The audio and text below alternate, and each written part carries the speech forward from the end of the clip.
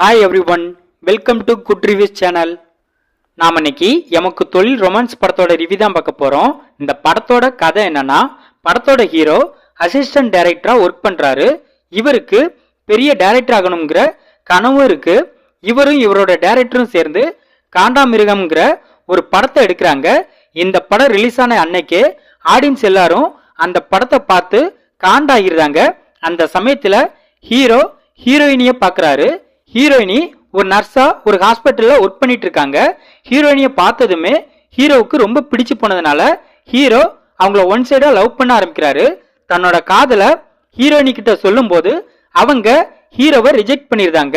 ஒரு கட்டத்துல ஹீரோயினி ஹீரோவை லவ் பண்ணவும் ஆரம்பிக்கிறாங்க.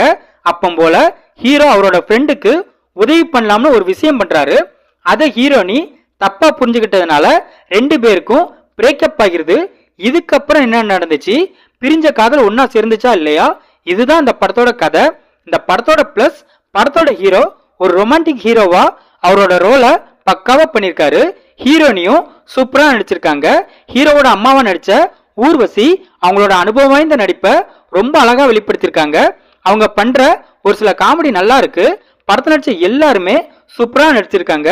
படத்தோட ஸ்டார்டிங் சீன்ல ஹீரோவும் ஹீரோவோட அக்கா பசங்களும் பண்ணக்கூடிய காமெடி நல்லா இருக்கு.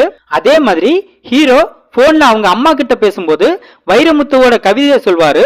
அந்த சீன் பார்க்க இன்ட்ரெஸ்டிங்கா இருக்கு. படத்தோட செகண்ட் ஹாஃப்ல பகவதி பெருமாள் பண்ணக்கூடிய காமெடி நம்மள நல்லாவே ரசிக்க வைக்குது. படத்தோட பிஜிஎம் ஓகேவா இருக்கு. சினிமாட்டோகிராஃபி நல்லா இருக்கு. இந்த படத்தோட மைனஸ், படத்தோட ஃபர்ஸ்ட் ஹாஃப் ரொம்பவே லேகிங்கா இருக்கு. படத்தோட ஹீரோ பெரிய டைரக்டர் ஆகி ஆஸ்கார் அவார்டு வாங்குற மாதிரிலாம் கனவு காம்பாரு. பட் ஹீரோனிய பார்த்ததுமே படத்தோட டைட்டிலுக்கு ஏத்த மாதிரி எமக்கு தொழில் ரொமான்ஸ்னு ஹீரோயினி பின்னாடி மட்டும்தான் சுத்துவாரே தவிர அதுக்கப்புறம் அவரோட கனவை அப்படியே காத்துல பறக்க விட்டுருவாரு.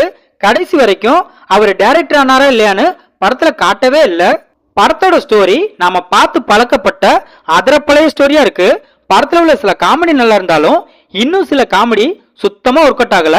படத்தோட ஸ்கிரீன் பிளே சுத்தமா சரியில்லை. படத்துல ஹீரோவும் ஹீரோயினியும் ஃபர்ஸ்ட் டைம் மீட் பண்ற சீன்லாம் யதார்த்தமாவே இல்ல. அதெல்லாம் படத்துல வாண்டடா வச்ச மாதிரி இருக்கு. அதே மாதிரி அவங்களுக்கான லவ் போர்ஷனும் சுத்தமா சுவாரஸ்யமா இல்ல. படத்துல உள்ள நிறைய சீன்ஸ் பிரெடிக்டபிளா இருக்கு. குறிப்பா சொன்னா ஹீரோ அவரோட ஃப்ரெண்டுக்கு ஹெல்ப் பண்ணும் போது அடுத்த சீன்ல இதுதான் நடக்கும்னு நமக்கே தெரிஞ்சிருது. அதனாலேயே இந்த படம் பார்க்க ரொம்ப போரிங்கா இருக்கு. இந்த படத்தை பாலாஜி கேசவன் டைரக்ட் பண்ணிருக்காரு.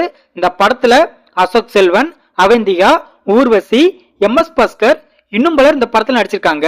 மொத்தத்துல இந்த படத்தை பார்க்கலாமான்னு கேட்டா ஒரு ஆவரேஜான ரொமான்டிக் காமெடி டிராமா மூவி பார்க்க நினைக்கிறவங்க இந்த படத்தை பார்க்கலாம். இந்த வீடியோ பிடிச்சிருந்தா லைக் பண்ணுங்க, ஷேர் பண்ணுங்க, சப்ஸ்கிரைப் பண்ணி சப்போர்ட் பண்ணுங்க. Thanks for all.